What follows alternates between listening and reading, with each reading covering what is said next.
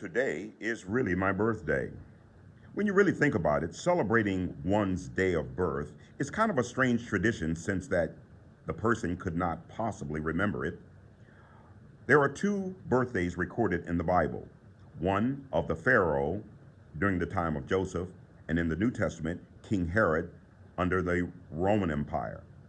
But the celebration of one's day of birth is not a biblical tradition.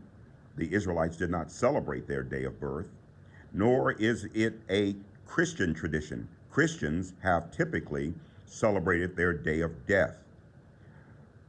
The concept of celebrating your birth is actually a tradition that Africans of Egypt invented. The first birthday is recorded under Menes, the first pharaoh of Egypt. The translations of the text relating to birthdays in ancient Egypt is terrible because the scholars who are translating the text are translating the text according to the idea that the ancient Egyptians worshiped many gods. This is false. The Egyptians worshiped one God. When you translate the text that the Egyptians worship one God, you get the understanding that the reason for the day of birth is that they are celebrating God's revelation to the world. In this case, an intermediary. This means that the celebration of one's day of birth, usually an intermediary, is a celebration of God's revealing to humanity.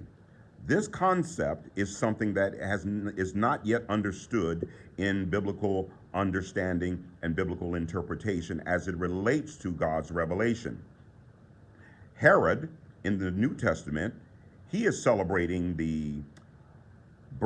his birthday, not because he has a tradition in celebrating birthdays, but because he's under the Roman Empire. He gets the idea from the Romans. But the Romans get the idea from the Egyptians. Now, today, we accept and celebrate our day of birth because we like it and because we think it's a great tradition. However, it's very important to understand that the concept of celebrating birth is actually the celebration of God's revelation to humanity.